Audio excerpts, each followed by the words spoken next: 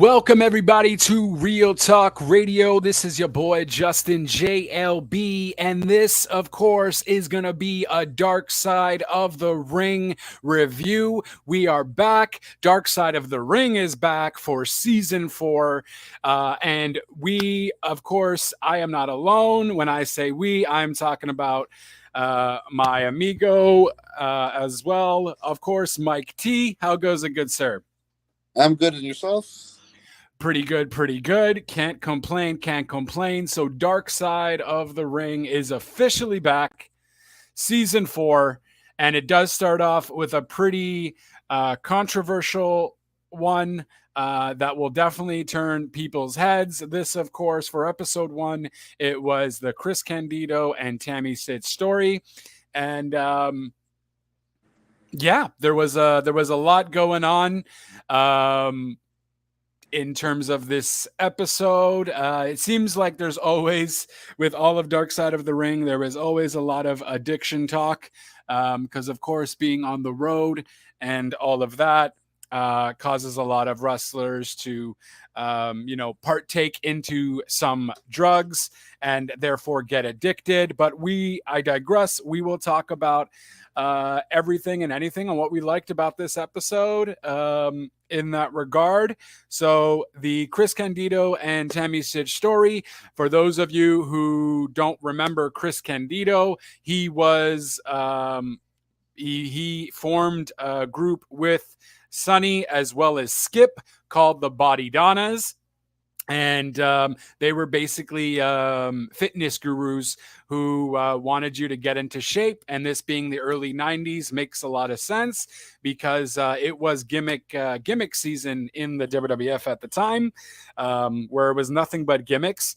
And also the whole fitness workout videos were a big thing still in the early 90s. So it kind of did work out there. But I digress. Mike, what stood out for you for this episode of Chris and Tammy? We had a lot of. They obviously went through their entire relationship from how they met to ultimately how they parted ways. What kind of stood out to you with this season? Well, this episode rather. Well, first of all, this was definitely and I think this was an excellent episode. I think this was a great way to start off the season with a bang, because there was a lot of controversy, a lot of deep things. Like, one thing that really stood out was, like, if you want to see Jim Cornette, Lance Storm, Johnny Candido, and Dr. Tom Pritchard, all 4 guys who are pretty big guys. If you want to see 4 guys break down and cry over Chris Candido, this is an episode that did just that. This was very emotional. This was something that, when it was brought up, all 4 men had very difficult time talking about it and expressing about it, because they all needed some moments to get over it, because it all brought them to tears, and they were very emotional, and you heard their voice crack and everything like that, and that was very, like, a very emotional thing to see on the screen, because, like, Jim Cornette, you've heard this guy cuss his head off several times. You've heard this guy shoot his ass off several times whenever he's speaking, and he's never one to hold back. But this is one time where you really saw him having a difficult time, where he actually is like, stop, and, like, you see him cry, and, like, all those 4 guys that brought them to tears, and it was a very tough thing. And, like, one thing that really stood out as well was how they actually got commentary from Tammy Stitch. Apparently, they were actually supposed to get a full-on interview with her for it, but then her lawyers pulled back last minute. And I heard originally it was supposed to be a 2-part episode, with the second episode being more on Tammy. And honestly, I think you could have done a whole season on Tammy without Right. She's done. But yeah, I mean, but then they said, like, with her lawyers, like, always getting involved and stuff, they just had to settle for how it was, and I think it was done very well. It was a very detailed episode, even though, like, it seemed kind of rushed into, like, some of the stuff. But I mean, I still think they got all the main points involved, except for, I would say, the only thing they really cut out was Tammy's multiple arrests. Yeah, that's it. So they really focused a lot more on Chris. Candido, obviously. That, I mean, Tammy is still technically in prison, no? Yes, that's what I meant. By her lawyers were involved because she was in jail while they did it, and they were. I think they were planning to do a literally like behind the glass type interview with her. Okay, that would have been, yeah, that definitely would have been very interesting, for sure. But it was, I completely agree with you, though. It was well documented. They didn't, go too much into obviously Sunny. They said what they needed to with their entire, basically they said what they needed to with Candido's, constant obsession with Sunny. But they got Um, statements from her, which was good enough. At least, like at least it wasn't just like nothing from her. At least there was like actually like commentary from her. Well, it was an interview I think she did. It wasn't necessarily for Darkside. It was an interview that she did on RF shoot interview or Oh, that something. was good. Okay, I thought I misunderstood. Okay, I thought they actually managed to get something, but okay, I guess the lawyers held back. That's it, and that's kind of the best way to at least to get people's input on what happened. Kind of this. I don't know if you watched the Doink the Clown one. Kind Yeah, of the same thing that happened with Matt Boone. They got an RF shoot interview. They played some voice clips when they were talking about a certain subject where he did at least talk about that on the shoot interview. So that's kind of a way to at least get their input, and that's what they did with Sunny as well. Um, I personally wasn't necessarily a fan of the body donnas. I didn't like the whole gimmick, just because I didn't care for it. Obviously, I had a little mini crush on Sunny there. Sunny is always an onlooker, and they did even mention at the time on AOL she was the most downloaded female celebrity of that year, which is telling you something. Wrestling was pretty big then, but for a wrestler or even a manager to be the most downloaded female of the year is pretty bonkers, pretty crazy. yeah. But let me explain one thing to all those people. First of all, AOL guys, this was a struggle, and to show you how much this means people were dedicated because we had to wait like 5 minutes pixel by pixel for a picture to download. Oh So my god, yeah. if someone was waiting for Sunny's picture to show up, they were very patient about it,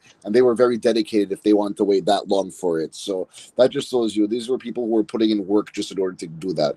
And some of these were like pay by the hour internet services too for AOL. So yeah. Yeah, that's it. And it was just, that's 56K days. So that was slow loading and everything like that. So If someone people picked up the definitely showed. phone, yeah, if Sorry?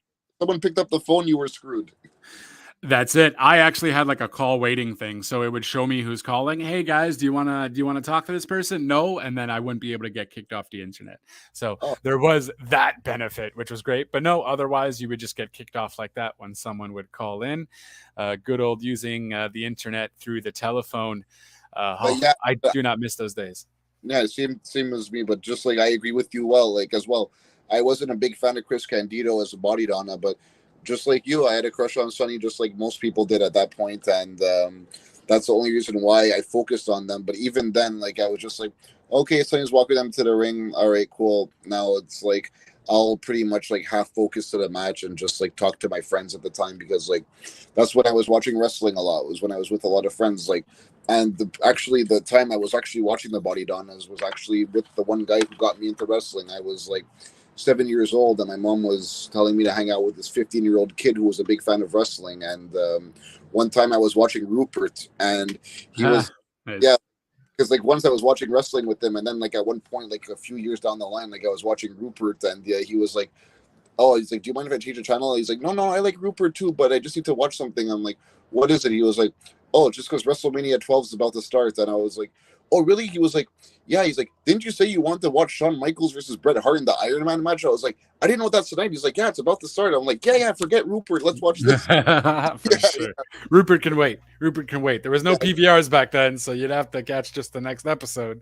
But yeah. Rupert could definitely wait for sure. Yeah, I think I made the right choice with. Well, I think he made the right choice to come in at that moment. So, like, yeah. Plus, I was at his place, so even though it was his TV, he was still respectful enough to ask me if I didn't mind. Then, because because especially the fact that he knew, because like I was watching wrestling with him, so when I was watching all those like Raw and stuff, like like leading up to it, I was actually hyped up for that. Like, but again, like those were the people who I was into. I was into like people like Shawn Michaels, Bret Hart. I was into Owen Hart. I was into. I wasn't even that much into Stone Cold during this time because of he was still like stunning Steve Austin, and like Right. yeah, and like around this time, I was into guys like Legion of Doom. I thought they were cool, and like all the guys like you could use in Sega and stuff. Like because that's really like how I got into most of the characters. Like I would start playing with them on Sega, then I would start seeing them on TV, and I'd be like, oh yeah, I remember using this guy in the game. And like, well, actually, it started off with me seeing the guys and then using them, but then afterwards, I would see more guys. I'm like, oh, this guy's in the game too. Maybe I should start using him. And then like, yeah, that's how I kind of got into some of the guys. And later on, I mean, yeah, it was pretty cool seeing like now looking back at everything, it's pretty like ironic. Like these guys were like really good in the ring, but like I wasn't appreciating it that much back then because back then you were focused more on the gimmick because I was a kid and like I'm focusing on who they tell me is the good guy and that's who I need to cheer for. Right. That's it. Yeah, me too, especially with the Raw video game for Super Nintendo. That was my bag. And I would, based off the wrestlers I like there too, I would cheer for those wrestlers. But of course, I don't think you've ever had Chris Candido in a video game No, or no. Sonny for that matter on top of that. Because me, I got more into Sonny when the smoking gun days. Which Yeah, I same guess isn't a few, which is not, probably wasn't long after the Body Donnas, because the Body Donnas lasted, I think, it came and went. they kind of like came and went. I didn't know Tom Pritchard was Skip. That I absolutely did not realize. No, same for me. Like when I mean, like that's what I'm saying. Looking back on a lot of stuff, it's like, wow, those were the Body Donnas. I mean, like those are Body Donnas, two guys I didn't care about, and like, yeah, just like you, I got into them with the smoking. I got into Sonny mainly with the smoking guns because of they were feuding with the Godwins, and that was something that was like promoted, like that was a big feud that they had going on, and like that was like really like on TV a lot. And the Body Donnas weren't really something that like they were pretty much like if you change the channel, you wouldn't miss much. That's it. I also just remember seeing them on Saturday nights, like main event kind of thing, a lot too. Yeah, I don't know. The crowd just didn't like them. The crowd just really liked Sunny. But apparently, Sunny was very tough to deal with backstage. Her attitude wasn't apparently all that great. She was a bit cocky. But of course, back then, too, you got to keep in mind, you know, she was like, I think Mick Foley had mentioned a lot of people didn't like her, but she strived to, this wasn't even her thing, right?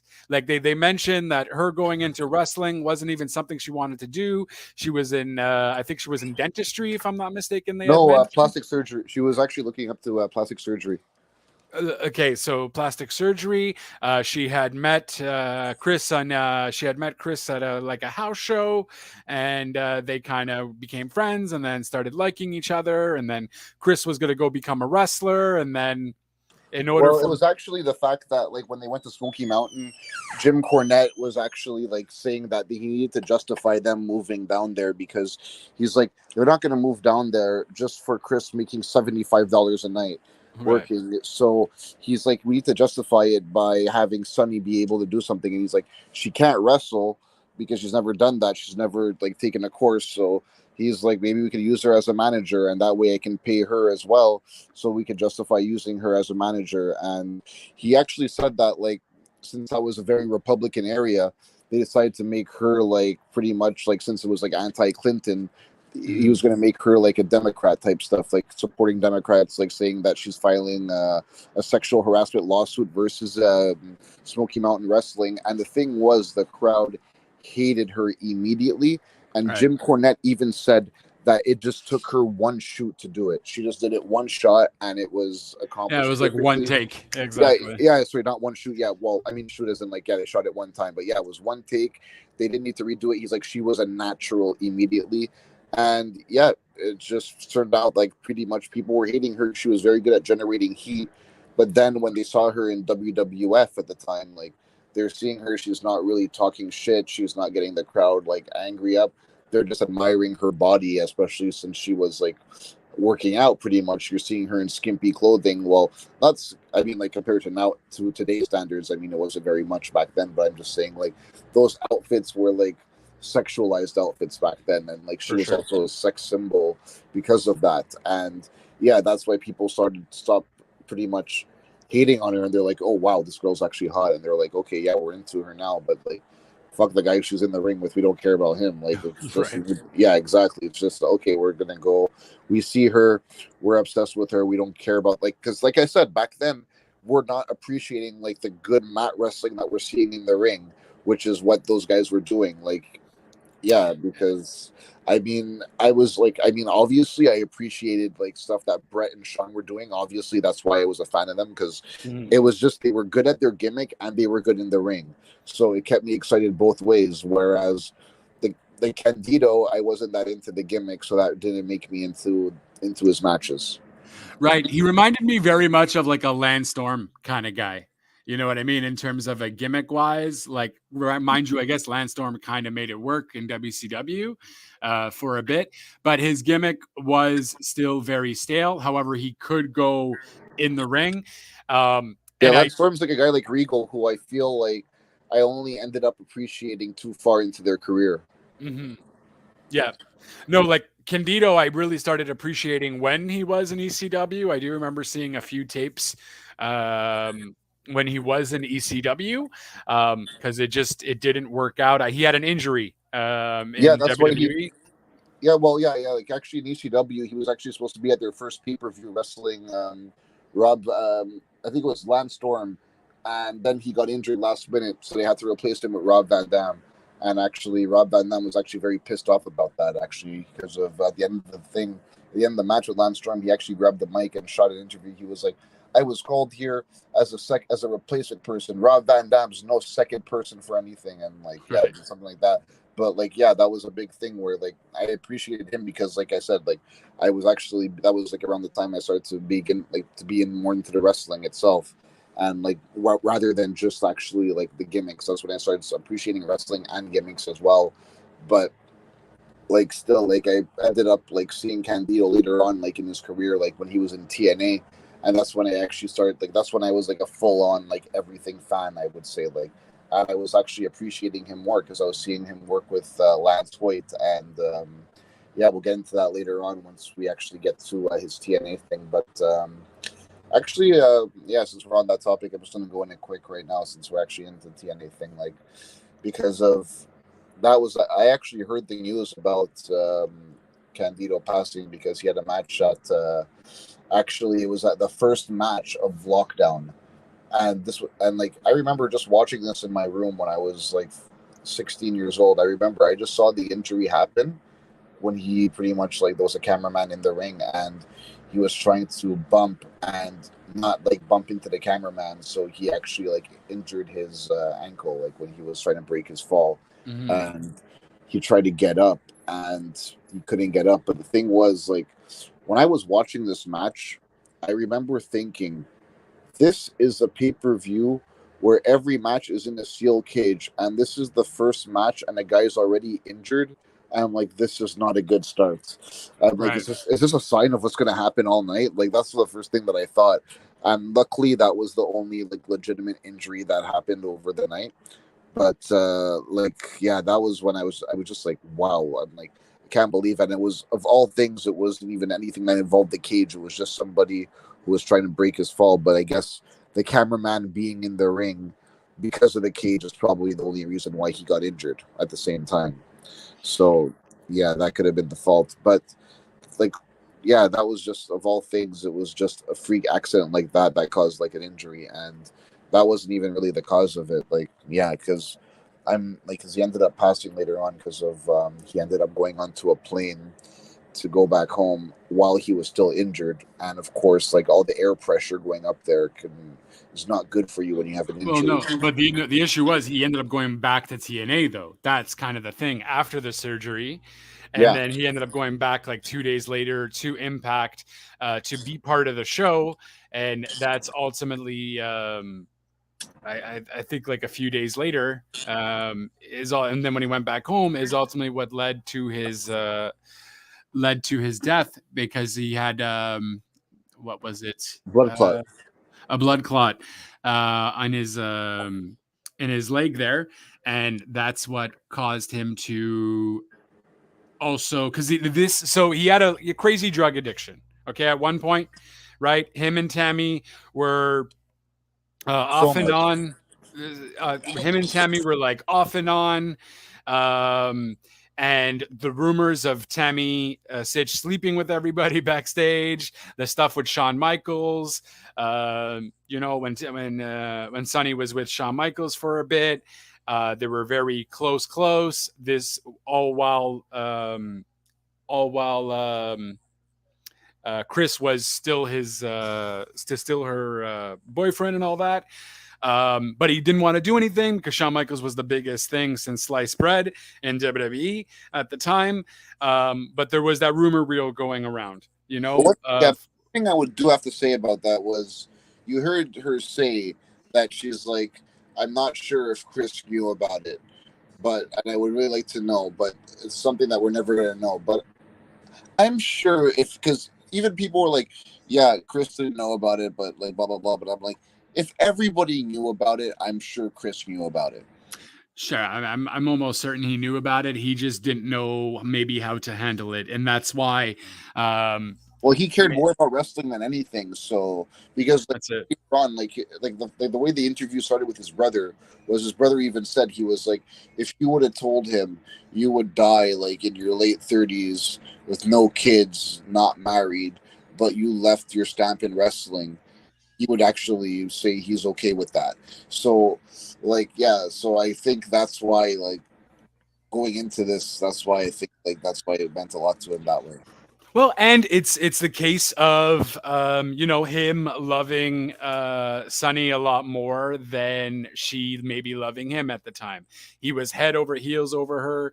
They tell the story that he ended up leaving his prom date when he saw Sunny in a Corvette, and she ended up going with Sunny, and then it was it.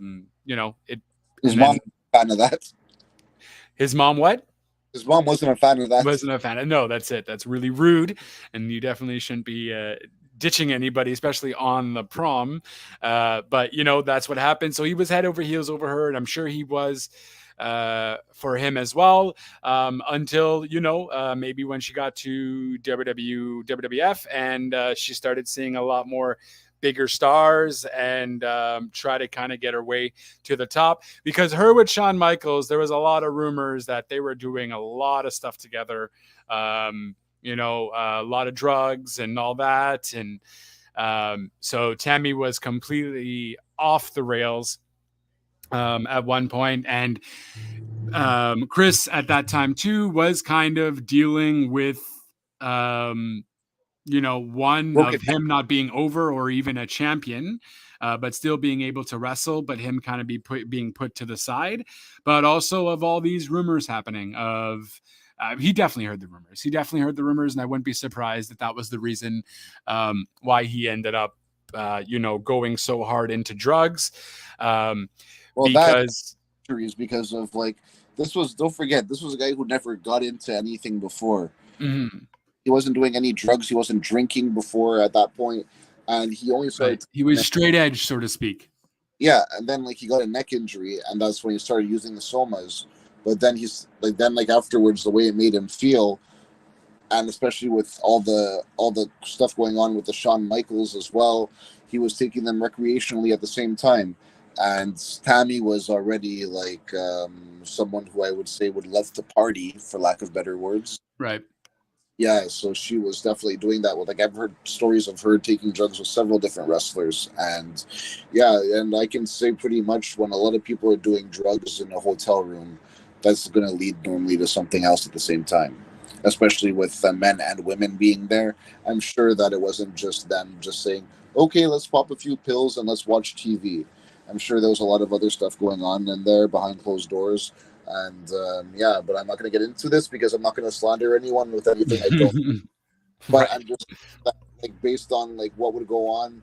Pretty much, that's just where my mind is. But I would back with what I was saying before. I was just saying that that's why Candido didn't do anything, because wrestling meant so much to him, and Tammy did too. Because I'm going to say this: he had 3 addictions: wrestling, Tammy, and then it became opioids.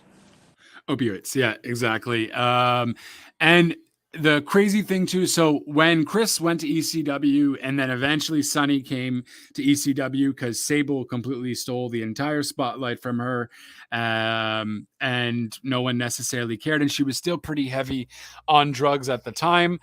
When they both ended up going to ECW, though, the especially for Sonny and Chris, the drugs just kind of still took over to the point where Paul Heyman had to do like he got He didn't have to. He didn't have to.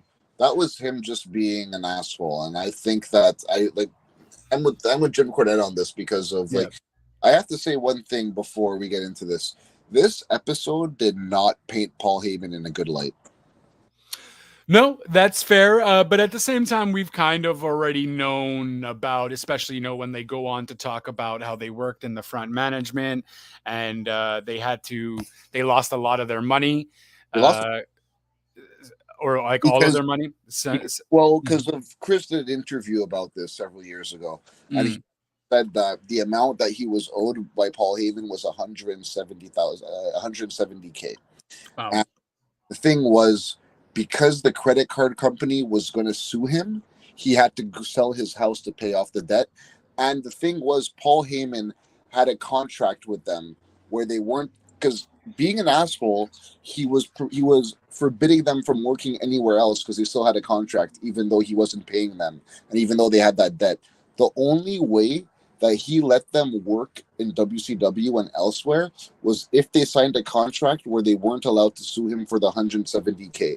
So it's like, yeah, you're allowed to work elsewhere, but yeah, you can't go after me for that 170K that I owe you. Oh, Jesus. So that's why I was saying that this did not pay Paul Heyman in a good light. They didn't go into detail about that, but Chris did in a prior interview before he passed. And yeah, that's how I heard about this, because I heard somebody talking about that interview and they mentioned all this. And they mentioned the fact that that happened, like the whole thing about the contract. Like that's the only reason why Chris was able to make money, because they signed it, because they were like, we do need to be able to work, because if we're just going to stay here, we're not going to get paid, and we're not able to pay off the debt or anything like that. So they ended up selling their house to pay off the debt, but to be able to work, they had to be able to get out of the contract. So that's why they actually agreed to it. And yeah, in regards to what they had to do, how they accumulated that debt was Paul Heyman told them to, well, first let's go into what happened. They did an interview where it was a fake shoot where they were talking, Tammy was talking about like how she was like drinking and stuff, and how she wanted to go to sleep and not wake up. And then Paul Heyman, you hear him in the background saying, tell us more about how you would feel during that time. And I'm just like nodding my head. I'm like, this is wrong. Right.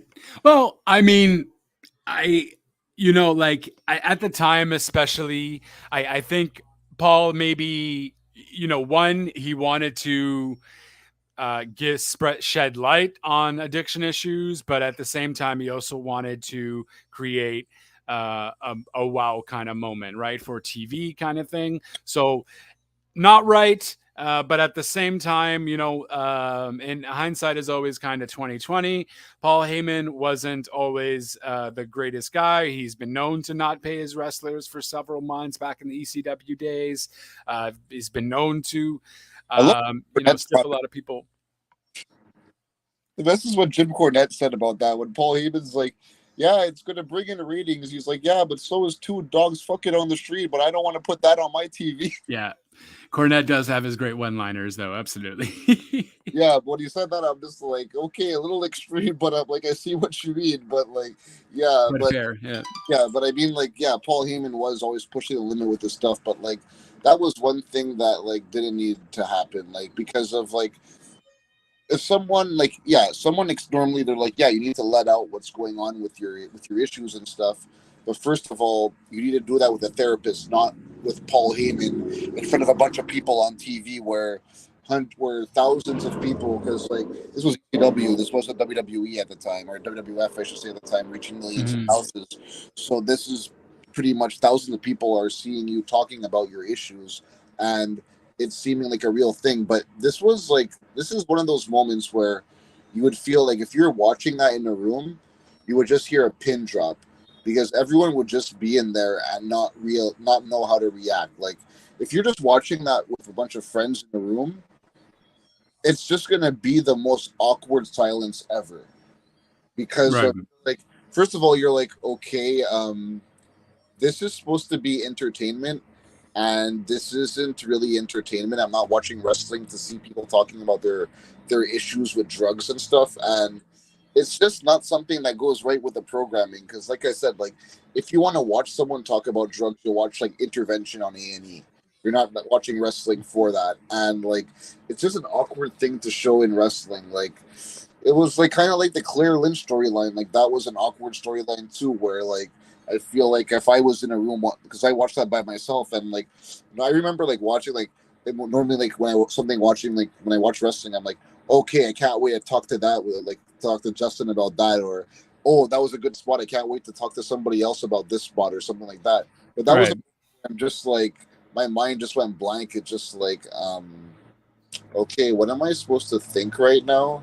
Am I supposed to be like laughing? Am I supposed to be like, and you just heard that reaction from the audience. So like this storyline I feel would give me the same reaction if I saw it live in a room full of a bunch of friends and stuff, because of like that's how it felt really awkward, which led to their fake suspension. And, Right. But I mean, keep in mind that kind of stuff was still going on. Like what WWE, WWF at the time did do that with the whole, the real life story with Austin and Brian Pillman. That was a little bit more entertaining, obviously, and a little bit different.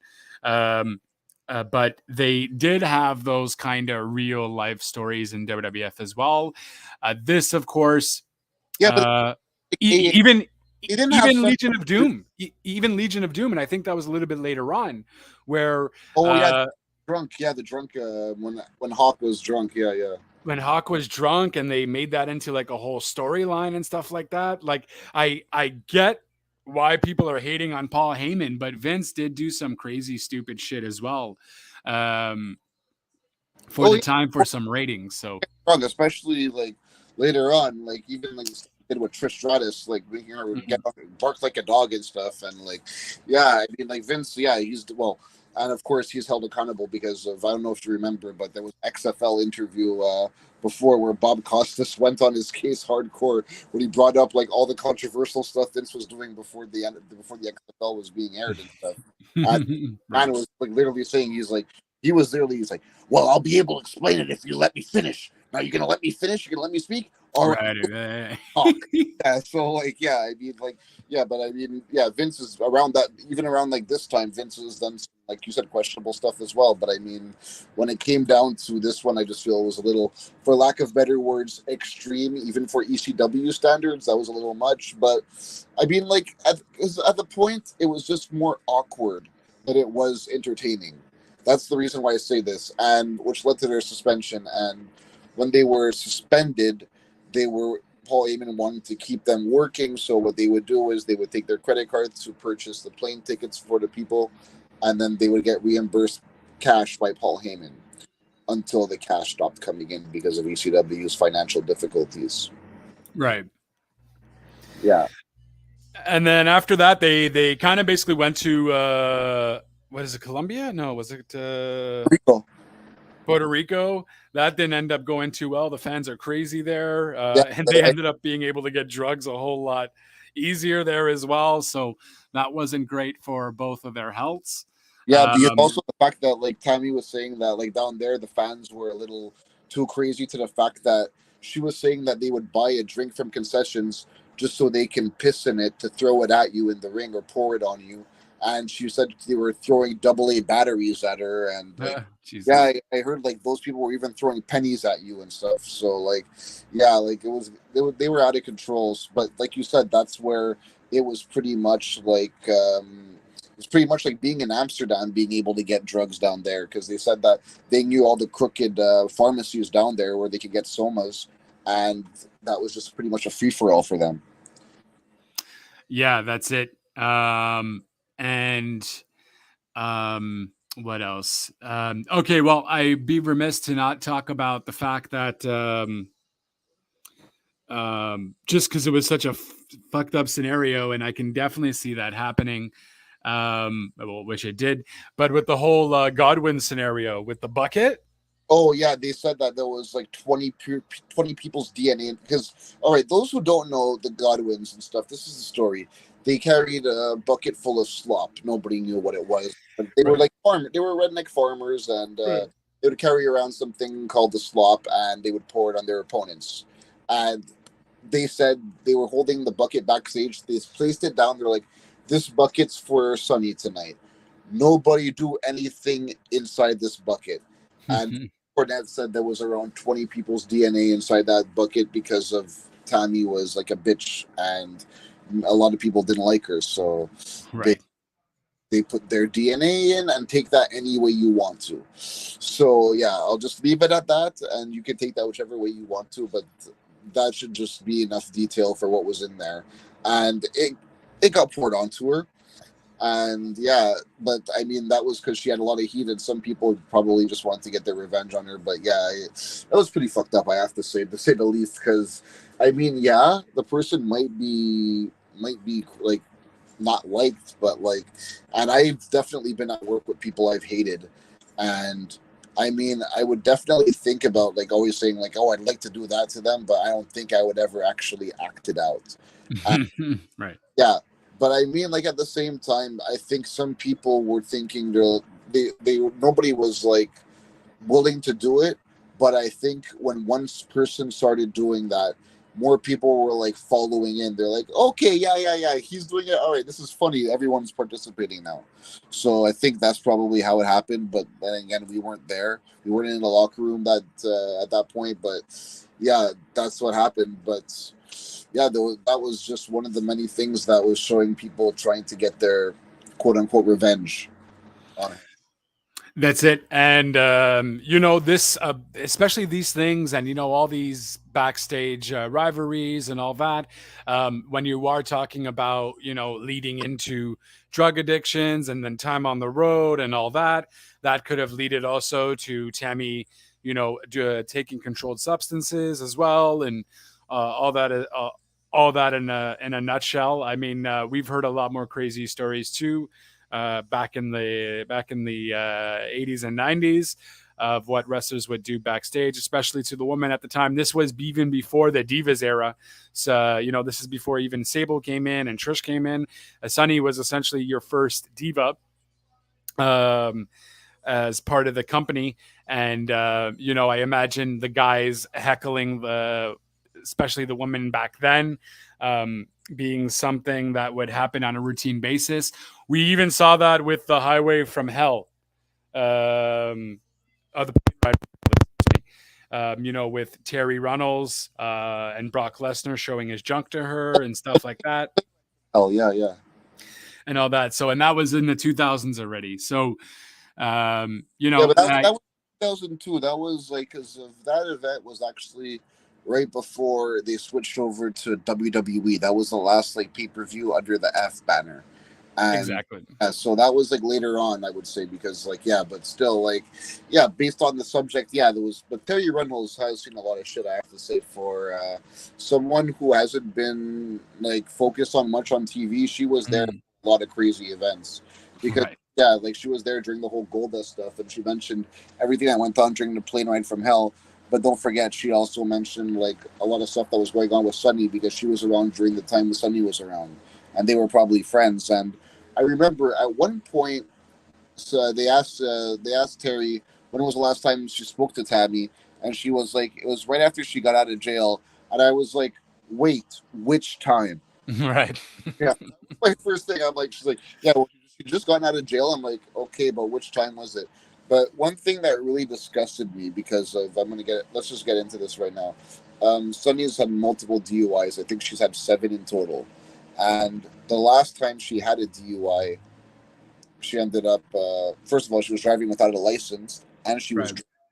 she ended up killing a 75-year-old man, and she sounded like she was laughing about it even when they were asking her the shoot. And like also when Terry was saying that Sunny said that she had no regrets over anything, I was like, and she was shocked by that. I was like beyond shocked. I'm more like, what you've done cost a man his life, and you're saying that you have no regrets. Like, fuck you. Like, honestly, Mhm. that like got me like a little mad because I was like, a guy literally lost his life, and that's what you're saying, and you did this over something that was so negligent because this okay I could like I mean like I've known people who've gotten DUIs and like yeah they've gotten one in their life and that was it where they realized okay I'm never gonna do that again, that was stupid. And this is someone who's had it 7 times, and like after six, it wasn't enough. Where you don't have a license and you're still driving drunk, like yeah, like those people I've known, they haven't lost their license because, like I said, they've realized that that was a mistake and they never did it again. This is someone who's done this 7 times, and like after six, you didn't realize that was enough. Where you don't even have a license and you're still gonna go out drunk on the road, and then you cost somebody their life, and now you're sitting in jail over it and you Mhm. still don't seem to care much about it. And like, if you're in jail and you're not even showing that much remorse, then you have no heart. And people were even saying like, they were like, Tammy seemed charming at first, but that was only a front because Tammy was always about Tammy. And that's when she was in jail, and that's when I'm like, that's clearly a prime example of what they were trying to say. That's it. And clearly, she hasn't been in her right mind for quite some time. She's still battling her demons and probably taking still a lot of drugs and stuff like that. And obviously, not making an excuse for her, but why would she have any kind of remorse? She's not in her right mind. She wouldn't know how to react or act, kind of thing. You know what I Yeah, mean? probably just 7 withdrawal. times she's been arrested for DUI, and I see her 15 times in total for other stuff. So, yeah, Like, she's wait, just wait, not learning. when you say that, you mean like 15 arrests or? 15, yeah, 15 Oh, arrests. okay, yeah. That's yeah, exactly what I was saying. Like, you could have made a season about her alone, but They could. Yeah, yeah, they definitely could have. I see they brushed over her quick, but that's because they had limited stuff they could use from her because she wasn't being able to participate. And like, and one thing I have to say is like, I had no idea Mick Foley was so close to so many of these people because of like I've always seen him as like I always thought he was a type of guy who would pretty much keep to himself and maybe Mhm. deal with the big guys, which with who he was working with. But he seemed to have been close with a lot of people who were on the lower card of the shows, and I'm just shocked because like yeah, he was close with these people, and like he even said that he didn't have any issues with Tammy either. He actually was like yeah, some people would say she was cocky, but he was like if he's like everybody was back then, Yeah, and like yeah, like he was very neutral throughout this entire interview. I feel, except for like yeah, even he was like a little bit like but he was the one. Well, obviously, I think it's because he was the least closest to Chris out of those four guys I mentioned before, right, Pritchard, Johnny Cornette, and Lance Storm, because those guys I would say were like his like closest like Jim Cornette was like his one of his confidants, I would say, and like right, I other and like his brother was the other one. The other one was his partner, and the other guy was like a guy who they worked closely and they were best friends. So that's why I would say like these people were definitely like not as Foley wasn't as close as the other ones were, but Foley was there throughout that time because Foley was a legend and he's been there for so long, and that's why he was there during that time as well. But not like as and during at the same time he was a lower card star. He wasn't a big guy during that time either, so that's probably why he was closer to Candido around that. But yeah, I mean, I have to say, like, yeah, I actually found out about Chris's death actually because of your radio show back in the day in 2005. The Ring. yeah, yeah. Good old In the Ring days. Yeah, absolutely. Um, I was actually sitting with my father, and like he was actually listening to the radio show with me with those terrible commercials at the beginning, which my father he always wanted me to get this out, so I'm going to say this out of Paul Rossetti. If you're listening to this, he had to say one thing. You said that those commercials convinced him not to want to go to those places. They were terrible. Like that other one. Oh, I'm hungry. Me too, man. Do you want any places? oh, I sure do. And like, yeah, stuff like that. But I mean, like, yeah, my father and I were just sitting down in his room, in like a room where he had pretty much like sound system set up, and we just put on the radio to listen to your show. And like, yeah, then like like the one of the main hosts, Steve, was talking about Chris Candido at the pay per view, and he just mentioned that he passed away over the blood clot. My father was like, wow, because like my father didn't know Candido, but like Right. because like my father's been with me to a few shows, but like he knows like the main people, but he doesn't know like Chris Candido and stuff. So like he was just hearing about the injury, and he knows like back then I didn't know like how severe a blood clot was, but like he understood everything. So like he was like telling me what was going on, like what happened to like how everything was like how like one thing led to another to the blood clot. Like after he heard it from Steve, so like he was actually explaining it to me. So that's why I was like, oh shit, I was actually watching that event when it happened, and he was like, oh yeah, he was like, yeah, he's like, so how did it happen? So I told him about the injury. He was like, oh, okay, so like literally like both of us were like learning stuff as we heard about it. So Mm, because like he was telling me the medical perspective of it, and I was telling him the wrestling event, events of how it occurred. So right. like because like he was just listening to the show with me, and that's how he found out about it. But I mean, like yeah, it was. I was just shocked because I was like, well, I just saw this guy a few days ago on Impact or something. Like I didn't watch Impact. I just like was flipping through, and I just saw him like I just saw him on a wheelchair and stuff on it, and like I was just like, okay, this is gonna be. I'm like, is that what's gonna happen now? Is he gonna manage the naturals? This a wheelchair? Because I'm like, this guy can still go, but then next thing you know, he's just gone. And yeah, I mean, like this was like just shocking. Like, but and one thing that I feel that like it was one of those deaths that I feel wasn't like very like because like now like because of the internet wasn't so big, there wasn't like social media back then, so like it wasn't a death that was like I wouldn't want to say advertised, but that was like really like mourned over. Like now when like when Iron Sheik passed away a week ago, R.I.P. Sheik, Right. he's someone who I wished I saw at Comic Con because I would love to just go up to the Sheik and tell him I would love a video of him telling me to go fuck myself, literally For that. sure. But yeah, but like yeah, either way. But going on about like so like when people like Sheik died, people would like mourn it over Facebook and stuff like crazy. But like I feel that wasn't really done much with Candido, and it's a shame. But I do have to say, like at ECW One Night Stand in 2005, there was Lance Storm versus Chris Jericho. And there was actually a Candido chant that was really going on. People were going Chris Candido. Right. It was around 2 months after he passed, and also they were actually showing like all the people who've died over the years that were part of the original UCW. And when the moment they had Chris on the screen, you literally like because you weren't really able to hear the crowd much because it was just showing you the video, but you were able to hear the crowd chanting like cheering like crazy when Candido was on the screen. So they definitely want to show their appreciation for him because of he was definitely one of the like because ECW was a hardcore fed. Like they were into Hmm. stuff with like ladders, cheese graters, pizza cutters, staple guns, forks, all that stuff. Like yeah, stop signs. They'd use all crazy weapons. But Chris wasn't into that. He would just wrestle. Right. Like ECW fans actually appreciated that because like they appreciated good wrestling too, and he was someone who brought it back to like the way wrestling was, like good mat wrestling and stuff. And I have to say, the Blonde Bombshell was a move that was definitely innovative. That was a great move.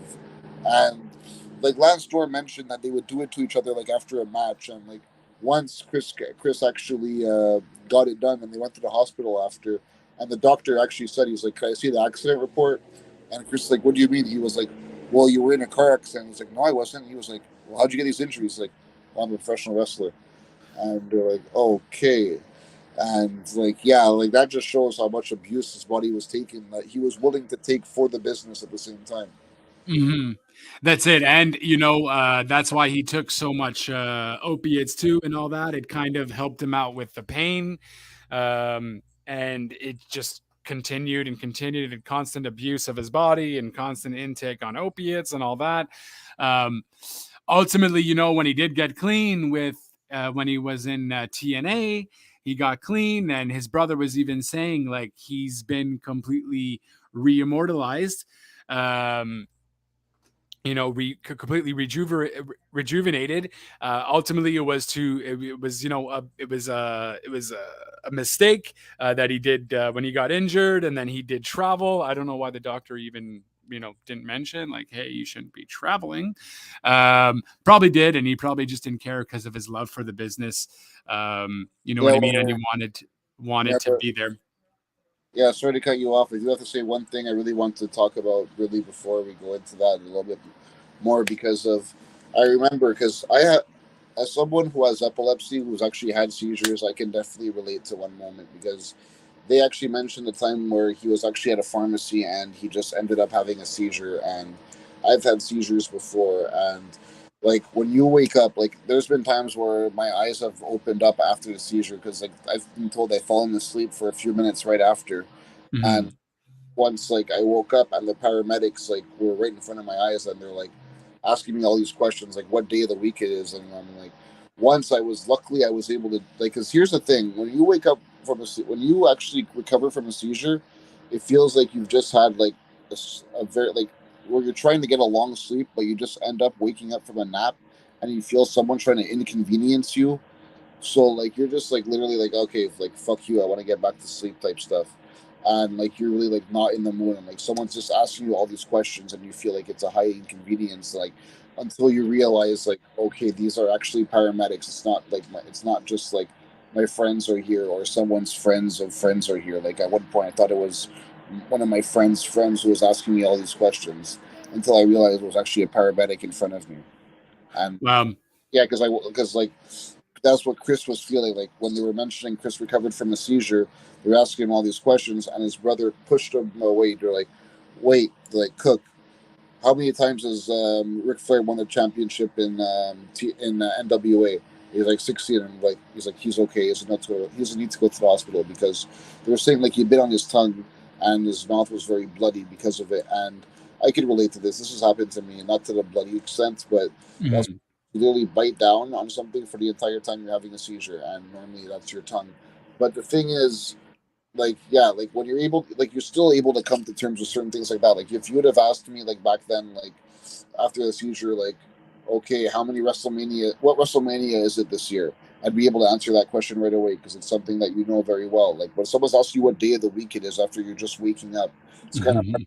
that question. So, like, yeah, that's why I'm trying to put you in the mindset of where Chris was. And like, the thing was, it is true. When people were saying, "Oh, he needed to get checked out right after that," not necessarily. If you have epilepsy and if you have a seizure, well, he could have checked out because of like he didn't have a history of it, so definitely you should have. But normally, after someone's had a seizure, they're okay. Like after at that point, like they just need to get some rest. They're fine. They don't need to go to the hospital or anything like that. Like if they, especially if they have a history, that could have because of if you have a seizure at any point in your life, that means you have epilepsy 100% from that point on. So Mm. yeah, that's why I'm saying like maybe should just got that part checked out. But I can also agree with the fact that after you've had one, you're literally okay.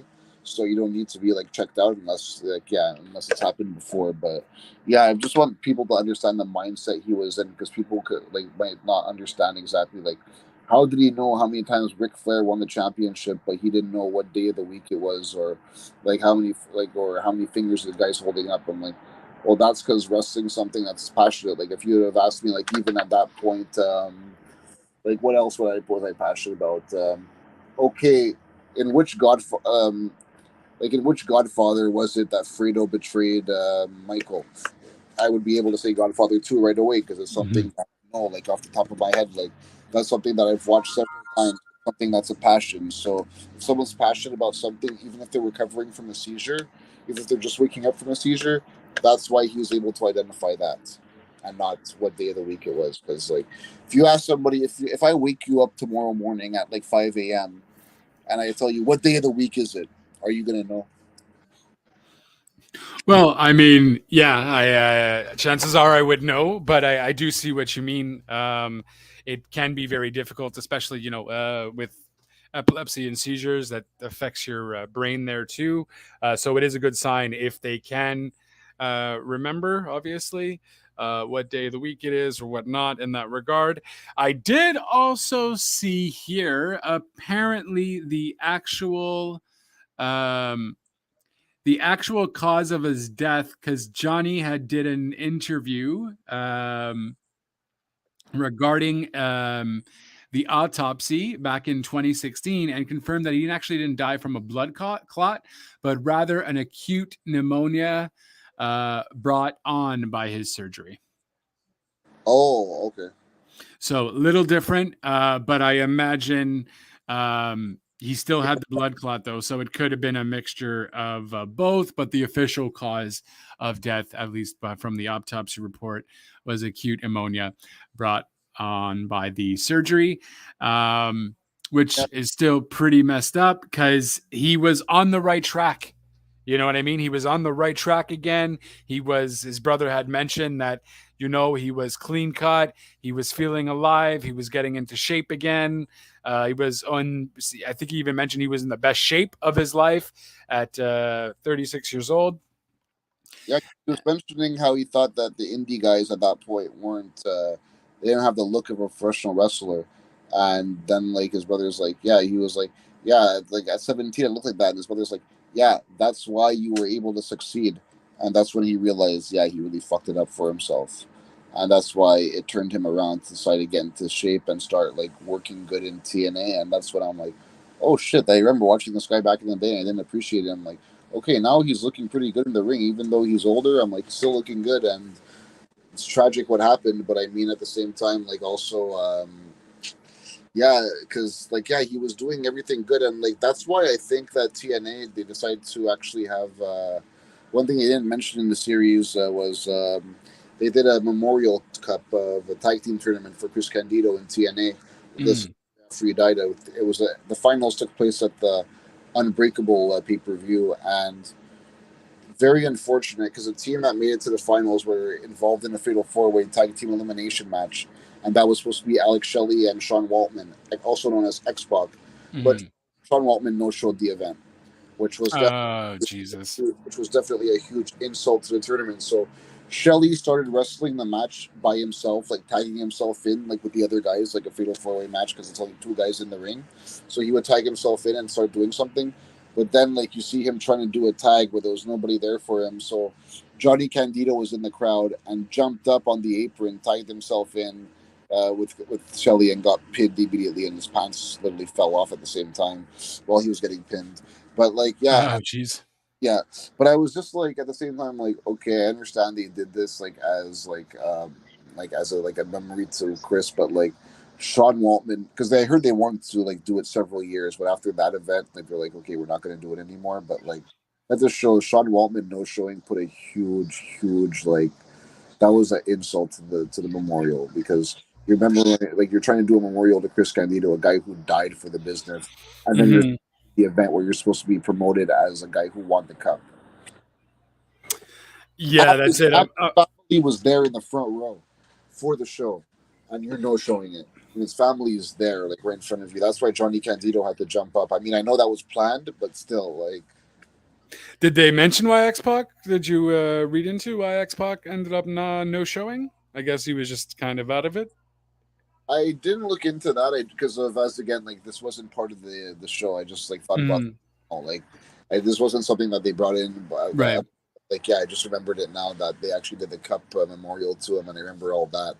But that's why I was just like, I don't know why he no showed. I don't know. Maybe it was something with drugs, because this was still 2005. So Xbox was still like in his party days during this time. But like he did do some good matches, but he wasn't very reliable, and that's why like I feel that him winning the cup with, I mean, like I understand you want to show Shelley off, but maybe you should have had somebody else with Shelley instead of X-Pac if you wanted to actually give it to him. Someone who is definitely like.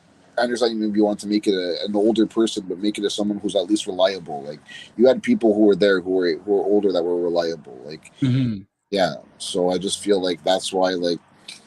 Because it was a pretty good card altogether, and that match was actually a good match. But the fact that X-Pac did that showed off, like, really, like, you did not care about Chris that much to not show up when you know his family's going to be there for an event. Like, I understand, like, maybe if there was something, but I know it was definitely, like, yeah, I need to look into that before I actually say, but still, I just feel that was a bad way to to show memorial to him. No, absolutely. Talk about it in the show because of the fact that that all happened. Maybe that's why they didn't bring it up, but and also maybe because Sean Waltman would participate in them and they don't want to like show him in a bad light. No, that would make sense too. Wouldn't want to show him in a bad light. But yeah, just sucks. But the good thing is, a lot of wrestling companies and Chris Candido, although he wasn't highly popular to the extent of the Rocks and the Austins and so on and so forth, and was never a WWE champion. A lot of wrestlers do put him in such high regard, and even now, a lot of the wrestling that is going on today was kind of inspired by was inspired by people like Chris Candido and so on. And Chris Candido almost certainly would most probably a champion nowadays if he was in his prime now. He was, in a sense, ahead of his time. Yeah, because So like people like Benoit and Dynamite Kid and Malenko. He had a style that was very similar to those guys, and like right now, kind of like he would because like he actually had like an indie style to him as well. So like that's why I feel like with the way that wrestling is going now with the whole like indie style matches, he would be able to thrive. yeah, no, that's it. He would have definitely fit in today's wrestling, and that is certainly saying something considering the last time we had. I mean, I'm even shocked that he was there during TNA. Like, I totally don't remember that, and I was watching TNA at the time. But He again, was managing the Naturals. If that makes you remember, the Naturals were accompanied by a guy who would have like a towel. He was in their corner. Right. Okay. Yeah, Yeah, I guess I just didn't pay attention to the Naturals that much then. But I feel like I would have watched. I don't know. TNA 2005. you watched it because I know that sometimes when I miss pay-per-views, I would actually ask you the next day what happened, and you would tell me. So you were Oh, definitely. that's fair. So it's just my mind is going at the moment, but I most probably did watch it. But I was definitely more of I definitely enjoyed Chris Candido's work in ECW. It's just a shame to see what had happened to him. Like that's real shit luck in that regard. The guy who absolutely loved the business and was willing to do anything for the business. died, Even sorry, died for the business too died for the business essentially. Yeah. because don't forget like that move he did was trying to protect the cameraman in the ring, and also at Mm, the same time like he still wanted to be on TV, like to show that he was still there. He still wanted to give his like he still is like okay, I went because his brother even said like the one thing that pissed him off the most was he wasn't able to stand up and finish the match. right. So like then afterwards, he still wanted to give his participation for the business for the storyline as well, even while he was injured after surgery. So that's why I say he died for the business too. No, that's fair. And and he came back from his downpour of all the drugs and all that and was finally getting back on track. So it's very unfortunate. Dark Side of the Ring does tend to do these kind of stories really well, and to show the dedication of certain wrestlers. Mick Foley, like you mentioned, Mick Foley knowing almost all the wrestlers that are talked about so well. I guess Mick Foley's obviously a huge wrestling fan, and he's a fan of the certain wrestlers, like even with Magnum TA. He was He's a talking. very good talker, though. That's why I like Mick as well because of, like I said, he's also well, not like I said, but I mean, like he's also a best-selling author. And I met the guy, very nice guy, because he's done stand-up right. Like when I Mhm. and I actually just walked into the venue. It was Cabaret Underworld, which I've been to with you, and I literally walked in there, and he was just standing right next to the bathrooms. And I just walked over there, and I talked to him for like 5 minutes straight, and very cool guy. I really enjoyed talking with him, and very approachable and stuff. Like this was before he even went up on stage. Like I just literally walked into the venue, they ripped my ticket, and I just see Foley standing right there. And yeah, talked to him, very nice guy. And but I have to say, like when it comes to these interviews, this is a guy who's very good at talking for it. That's why I like him because of the way he talks. and like the stories he has. He's like very good because it's not like a guy who stutters or anything. Like he's a guy who's a very good talker. So that's why I feel that like he's a really good guy for the show. No, yeah, that would makes complete sense, and he's humbling. You know what I mean? He doesn't put on any kind of ego. He's a great talker, as you mentioned, but he also says what he thinks, regardless if it's the highly popular opinion or not. So he doesn't hold back, and that's why he's so good with it. You know what I mean? Him mentioning that Tammy just did what she wanted to do. She had to be that way. She was thriving. She had to prove herself while everyone else was kind of just more bashing her, kind of thing. You know what I mean? Mick Foley didn't go against Mick Foley went against the grain rather in that regard. So always great to have Mick there. I feel like also Cornette's just been in the wrestling business for so long and has worked with so many people, which makes sense why Cornette would generally be, amongst all of these topics that Dark Side of the Ring has, and they at least know that Cornette has that no bullshit quality, but also has that Cornette twang to it. But to see him cry on this one, Chris Candido was clearly loved by a lot of wrestlers. It's just he didn't get his true claim to fame because I swear to you, if he was wrestling now, he would definitely be one of the top stars. He'd almost maybe be like a Daniel Bryan-esque popularity, and could have potentially been world heavyweight champion, which would have been great because that would have been his ultimate dream. Yeah, well, I would say like one person I would relate him to right now is actually Christian. Oh, okay. Yeah, because if Christian's also a guy who's an older guy in the business right now, and he's still going at it. Like he just did a ladder match like around like less than a month ago. Mm. Like that's why I would put him in that category as Christian, a guy who's an older guy out there, but is still able to keep up with the younger guys.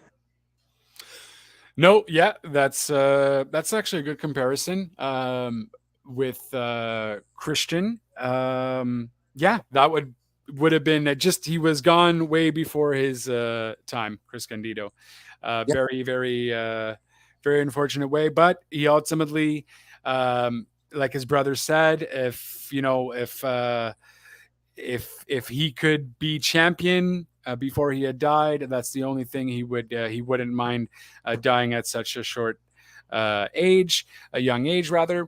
But ultimately, he did what he loved. That's if anything. Yeah, it's because like one thing I feel that was also against him was his size. I mean, people say, yeah, well, what about Brett and Sean? But Brett and Sean weren't given the body Donna's gimmicks.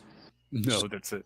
Yeah, that's the thing. Like Brett and Sean were never perceived that way in that type of gimmick, and Brett and Sean never lost to Barry Windham, who were the Jobbers of the Stars. So also, I do maybe feel the WWF side was maybe a bit more controlled because when he was in ECW, he was a little bit more.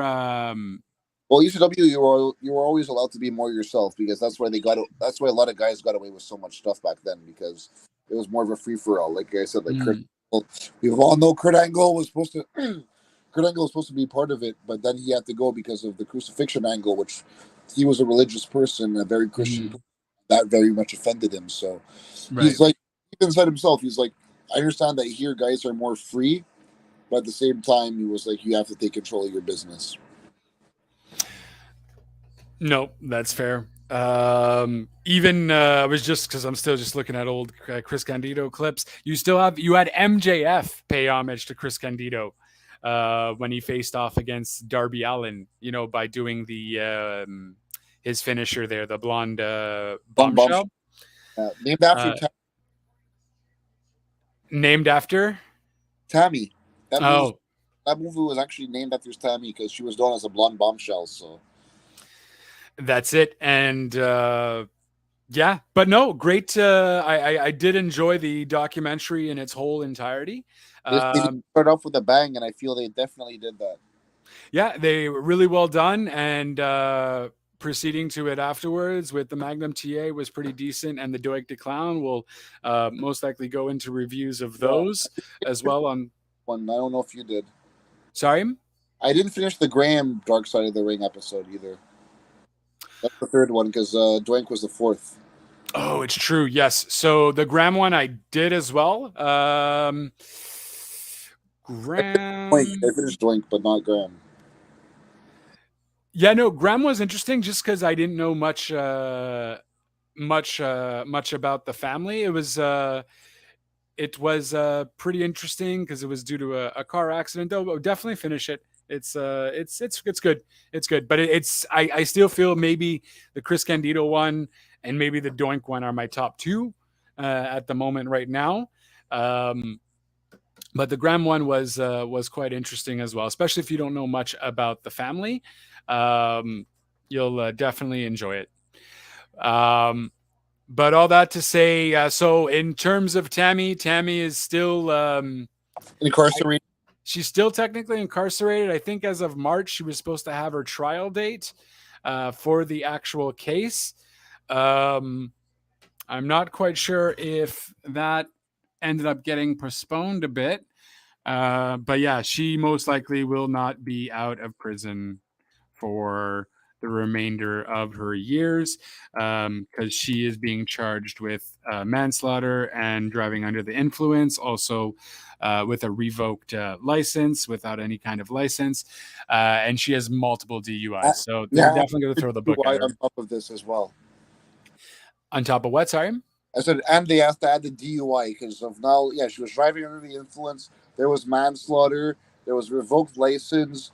There was just so much over this. So yeah, it looked and like she's not a spring. She's not anybody any young right now. Like she's I don't know how old she is. I think she might be 50 even. Yeah, she's 50, I think. And Yeah. yeah, and she's not exactly in the best health. She's probably going through a lot of withdrawals from all the drugs she was used to taking. So, I mean, yeah, this is definitely someone who's probably going to be spending the rest of her days behind bars. Yeah, no, that's it. As she should.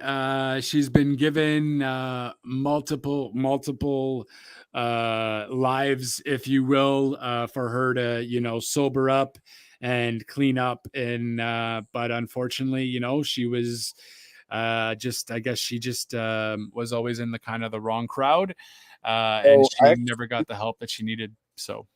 I actually heard something really crazy. Actually, 2 years after she got in the WWE Hall of Fame, she was saying that apparently she wanted to go back to school for like actually like for a medical license. But she said what she wanted to do was handle who was handling approval of prescriptions. That's what she wanted to do, and to Oh think about Jesus. if she was going to be someone around all those pills and handle prescriptions. Just think about how crazy that would have been. Oh Jesus, yeah, that would have been an overdose waiting to happen. That's for sure, absolutely. When So did that, she end up going into the Hall of Fame? Did they not revoke that though? oh yeah, she made it to the Hall of Fame, but I don't know if they've taken her out because of. But then again, I mean, I think Snuka's still there, isn't he? Um, yes, I do think technically Snuka is still there. Okay, well, yeah. Why don't you check it out right now? Is she still there? Dun, dun, dun, dun, dun. Sunny was the okay. Well, technically, she's still there because you can't really take him out because there's no. No, exactly. Well, Hogan was for a bit technically. Um, No, but I mean the ceremony happened type stuff. Like, yeah. no, that's it. Fair enough. No, I don't think she was ever in the Hall of Fame. I heard she got in and she sold the ring. Oh yes. Okay, I do remember that story. Yeah. So she definitely was. I'm curious to check out her speech because that would have been in 2011. It looks like she was inducted. Okay, yeah, I wasn't watching. Well, I've watched very few Hall of Fames, so I've seen some speeches like Flair's and stuff. But the only Hall of Fame, like, there's only like I think maybe three Hall of Fames I watched, and that was like 2015, 2016, and 2006. And 2006 was because of two guys who pretty much were reasons why I was a fan of wrestling for different reasons were Eddie Guerrero and Bret Hart, and that was Bret Hart's like first time on WWE programming in so long. So that's Mhm. want to see that, and yeah, they both definitely were. Those both speeches were really good because Eddie's was done by Vicky pretty much. She was the one receiving the award, but the induction speeches from people like Eddie. I mean, like, oh, sorry, not Eddie. Travel, Ray, and Chris Benoit were definitely good. But So Jesus, her hearing hasn't even happened yet. Her hearing is only happening on August 16th. wow, okay, And so then jury selection is in September, and then the trial is going to commence the week of September 18th. okay, so trial is this year. Okay, It is this year, though. Yeah, absolutely. It was pushed back a few times. it's supposed to be in March, but I think it got postponed. It got postponed. Yeah, it got pushed back. And yeah, so but she's obviously still in prison because she definitely But yeah, doesn't. but she's gonna, but pretty much like the sentencing, whatever she gets, this is gonna be considered time served. So it's not just gonna be, oh, it's postponed and this means nothing. No, like if she gets a sentence where, let's say, for example, they say like, okay, she's gonna get like 3 years, which is definitely not gonna be the case. I feel, but let's say they say 3 years. The time that she's in right now is gonna be considered time served towards that. So Right. No, for sure. But it's going to be probably a heck of a lot more than that there, for sure. oh yeah, definitely. I don't think she'll be getting out at all in her lifetime, but yeah, we'll see when time will tell about that. But like I said, this was definitely a great episode to start off. I mean, we'll definitely go into detail with the other episodes as time goes on. So yeah, you'll hear those ones, but definitely if you guys haven't seen this episode and all you heard was us talking about it, you definitely need to watch this one because if you're a fan of the show, you're definitely going to be entertained by this one. Like this is definitely one of their better episodes. For sure. If you're a fan of, look, they don't go too much into Sunny, but if you were a fan of Sunny or you were a fan of Chris Candido at any point, or don't even know a lot about Chris Candido, it does really dive rather into his past from start to finish. You have his brother talking. And yeah, it's just I didn't know a whole lot about Chris Candido. I do remember watching a few things with him on ECW, and I watched a little bit of the Body Donnas at the time. But very well put together, Doc. The fact that they didn't say a whole lot about Sunny, but they still dished out a few things in regards to the stuff that she had went through. While I'm surprised they didn't say much between her and Sean, because her and Sean, I feel like could be a series all on its own. Yeah, but obviously, But I feel that definitely if you're a fan of controversial shit in wrestling, this was definitely the episode for you because they definitely go into detail with a lot of, well, not go into detail, but they show you a lot of stuff that's definitely controversial. So if you want to look into those incidents, this is definitely a good way you can understand. You can see some stuff, then look into it to understand your perspective of it. There you go. So, Dark Side of the Ring, season 4. That was episode 1, the Chris and Tammy story. After that, it is the Magnum TA, and then the Graham story, and then Doink the Clown is already out. It's all on Crave for those episodes. Otherwise, you can watch it every Tuesday at 10 p.m. Technically, I guess, on Crave as well, and on Vice, of course. On Vice. And yeah, it's let me actually get the list since this is our first episode for season 4.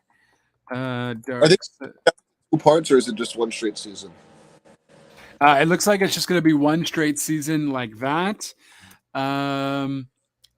Season 4 episodes. Okay. Yeah, it looks like it's going to be completely just one full-fledged season like that. Let's see here. Oh, maybe it is going to be in parts, actually. Hold on. Okay, so yeah, you have the Chris Candido, Tammy Sitch story, Magnum TA, Adrian Adonis, Doink the Clown, Junkyard Dog, I think is next week, Marty Jannetty, which is probably going to be filled with a bunch of controversy as well, from all the tweets he randomly does from, now, but also from the other stories that we have heard through the rumor reel. So that should be pretty interesting. Bam Bam Bigelow, I'm very excited for. Oh, actually, yes. Speaking of Bam Bam Bigelow, I just want to bring something up. Actually, his first time wrestling ever was actually in Chris Candido's backyard. In that little fed that he had set up, because like Chris actually like even like made a belt out of a plate type thing. looks a lot better than some belts in WWE right now. But like, yeah, I found out that Bigelow knew Chris, and he used to set up the ring for Chris, and he got his first start in his backyard. Oh wow, nice. I did not know that, so that's a nice little fun fact there. But yeah, Bam Bam Bigelow. I clearly have not watched more. I definitely have to watch more of Bigelow because I, this man is a big guy that can go, and he's had a lot of superior matches. well, I've watched Uh, WCW, ECW, WWF. I mean, like, yeah, I was a fan of the guys. So, for sure. And then we also did have WCW Bash at the Beach 2000, um, which oh, that's gonna be good because I love Russo. which I believe was the whole Hogan scenario, right? Yeah, so I wonder if Hogan's going to be part of that. I doubt it. I highly doubt. Unless Vice wants to fucking pay him a shitload. But like, if Bischoff's involved in that, like, because I've read Bischoff's book, but like one guy who I have to say is I'm a big fan of Russo. I mean, I love Cornette, but I also love Russo, which is normally no one ever says that. And it's like you like one or you like the other. But Russo, and like this one's a highly controversial incident. I've read Russo's point of view. I've read Bischoff's point of view, and I think this is going to be a very exciting episode. And I feel this is going to be a lot of Russo bashing on this. Like if they let Cornette speak, he actually, if he refers to Russo, if you ever hear Cornette chase shit stain, he's referring to Russo. And That's like, it. it's actually said like he would actually his wife is actually she's going to be out of the will if Russo dies before him. She has to bring him to Russo's grave even if he's in a wheelchair so he can get up and piss on it. So I feel yeah. It's like Yeah. a shit that she's out of the will. So I feel this is going to be a lot. I feel Cornette's definitely going to be on this because he's talked about this a lot. So that episode is one that I'm really hyped up for. So guys, I mean, like, when we watch this one, we're definitely going to talk to you guys with our opinion on it and break it down for you. So, is that the last one, or are there more? Technically, then you also had the Graham family, which we already saw, and then Abdullah the Butcher. Oh, and that's for people in Montreal. That guy is a legend here. Like my father even told me he used to watch Abdullah as a little kid, and he even wrestled once at Cavendish Mall. And I unfortunately missed that show, even though it was right next door to me, because of I actually decided to check out for the first time a show called CWA that you told me about. So I actually missed Abdullah there, and I missed another time show. But like Abdullah is definitely a very bloody legend for everyone. Like I said, he was a legend out here in Montreal. In Montreal, he's so loved, and he's done a lot for the business here. And definitely, yeah, he's actually in the WWE Hall of Fame as well, even though he hasn't been there. But yeah, he's definitely made a huge contribution. Him and Bruiser Brody. So if you're from Montreal, I think definitely that's an episode you should definitely watch. Yeah, for sure. But he didn't start in Montreal though. This guy's been all over the place. Oh no, Abdullah the Butcher. Montreal, but I'm saying like he's actually like in Montreal, he's really very much appreciated. Oh yeah, Montreal, he has a huge fan base here. huge fan base. Yeah, that's it. I think I've seen. I think I saw him in CWA. No, he wrestled instead. No, because Drew Onyx was known as like Little Abdullah or something. Right. But no, I mean like he was supposed to be. I mean, he wrestled at Cavendish Mall in an event called Brawl at the Mall, but it was the same night as a CWA show that you and I were both at. Son of a bitch. Okay, yeah, that was it. Well, you went to that show. Well, both of us had a legit reason. It was because we weren't working at the time. We were both around like 16 years old, and you got in for free, and I won a contest to win free tickets to the show. So that's why we probably went to that show, because the show at Cavendish Mall cost like $15, and we weren't working. We probably had to get money off of our parents. So Right. yeah, that's why we didn't attend that show. Probably, yeah, that would absolutely make sense. And yeah, so here's to more episodes of Dark Side of the Ring. I'm happy that it's back. Tales from the what was it? Tales from the Territories. You know, it was all right, but I definitely think Dark Side of the Ring is where it's at. I'm Yeah, happy they at least made it a bit different. yeah. I feel like Tales from the Territory is like normally like sometimes like when I'm like doing stuff and like that's on in the background, like it wouldn't grab me. But Dark Side of the Ring, I guess maybe that's because I'm a fan of like dark stories. Like that's like I'm a fan of like really like dark and like gritty stories like about like controversial incidents. So that's why like I feel even non-wrestling fans would like get into like certain stories. Like I feel like my mother would actually enjoy like this episode because like she watches a lot of shows like that, like where people talk about like these instances. So I feel like a lot of people, even if you're a fan of wrestling or not, if you're just a fan of like controversial dark stories, I feel like a lot of episodes of this show you would actually enjoy. Yeah, no, that's it. And it's kind of made for everyone. Tales of the Territories is really more like if you're into wrestling or did watch a lot of the territory stuff.